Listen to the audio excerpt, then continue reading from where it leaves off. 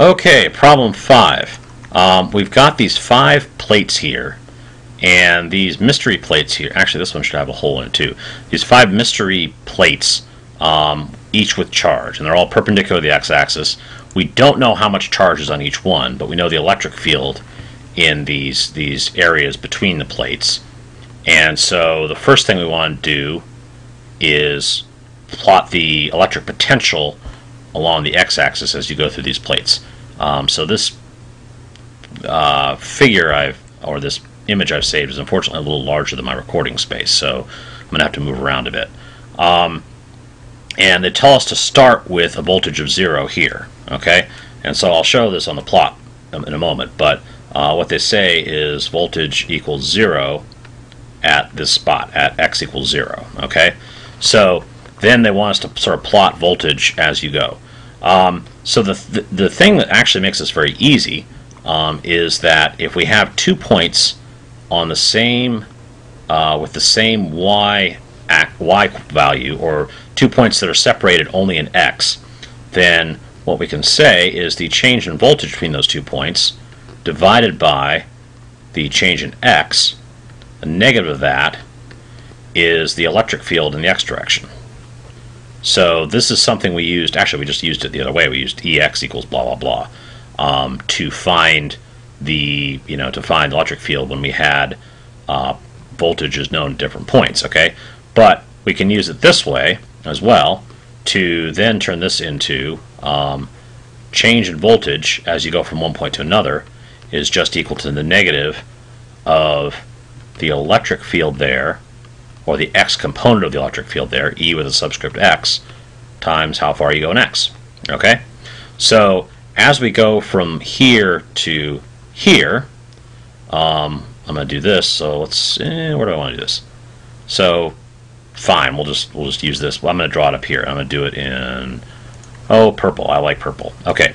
So for this stretch here, our delta V, our change in voltage, is so it's the negative of negative 30 newtons per coulomb, because that's our electric field in the x direction here.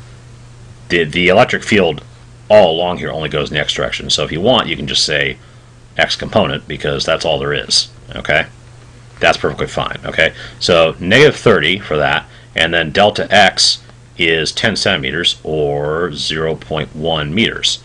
So the change in voltage between these 2 points, between this point here and this point here, we just evaluate that, negative negative cancels, and we get plus 3 volts. Okay, which means if we started with V equals 0 there, then we must have at this point we must have V equals plus 3 volts.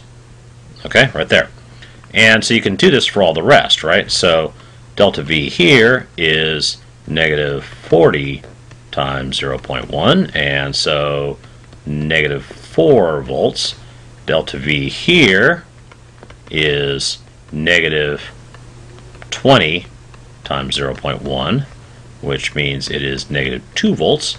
And then delta V for this last section, which is off of my screen, so where the hell did the mouse go? Let's see. Oh, there we go. Okay, so here delta V is negative 50 0.1, and that is plus 5 volts.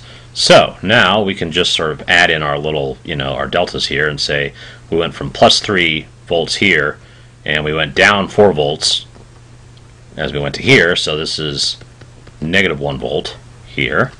At this point we go down another 2 volts, so we're at negative 3 volts. And at this point we went up 5 volts, so now we are at plus 2 volts. And so then all you need to do is, if you can read my handwriting, which you can't, but pretend you can, all you need to do then is just plot your voltages as you go across: 0, 3, negative 1, negative 3, and plus 2. So 3, minus 1, minus 3, plus 2. Okay, so wait a minute.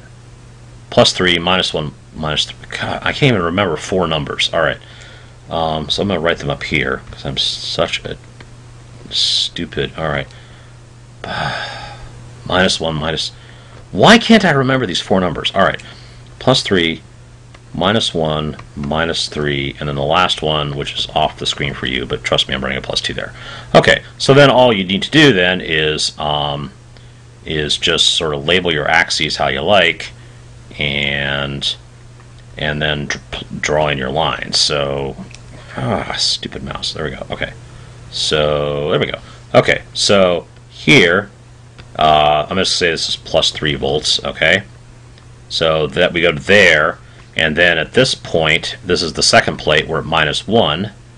At the third plate, we're at minus 3, and so I'm just going to, to avoid the comedy of me trying to, freehand draw lines, I'm just going to draw some lines like this. There we go. Easy peasy. And then the last one should be, let's say, a plus 2. So it ends at plus 2, right? Because this is the steep one. This is the section with the 50 electric field. And so an important thing here that is worth taking away from this is that the electric field, your x-component of the electric field, is just the slope of this, or the negative of the slope of this, at any given time, any given spot. So the slope of this here, this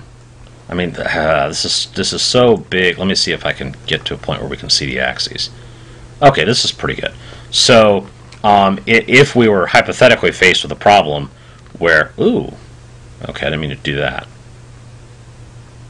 Okay, so now let's just go back to brushes. Okay, there we go. So if we were hypothetically faced with a problem where somebody said, look, here, this is negative 1 volt here, obviously, and this is negative 3 volts. I'm doing 1 square is 1 volt here. If we were faced with a problem where someone says, look, along the x-axis, here's how the voltage changes between x equals 20 centimeters and x equals 30 centimeters. What's the electric field there? Then what you'd say is the electric field is just the negative of the slope of this. So the electric field in this area here is the negative of, let me see if I can get a thicker brush there. Okay, negative of whatever delta V in that, whoa, that is thick. All right, delta V in that area divided by delta X over that span. Okay, and we do that. We just do delta V is negative 2 volts, and delta X is 0.1 meters.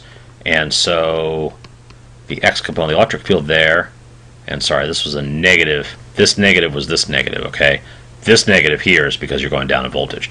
So the negatives cancel, and the electric field there must be plus 20 volts per meter, which is also plus 20 newtons per coulomb, okay? That's in this area here. So, that's might be useful. I'll tell you on tests, we love doing plots and having you find slopes and crap like that. So think about that. Okay, but anyway, there's our plot. Now the next question was, if a proton enters the region shown, traveling in the positive x direction, what initial speed must it have in order to pass all the way through all 5 plates? Okay, so we're starting here and we're saying, let's see, we know the voltages at all these points. So the trick here is the proton's potential energy is equal to its charge times the voltage. Okay, so boy, I don't even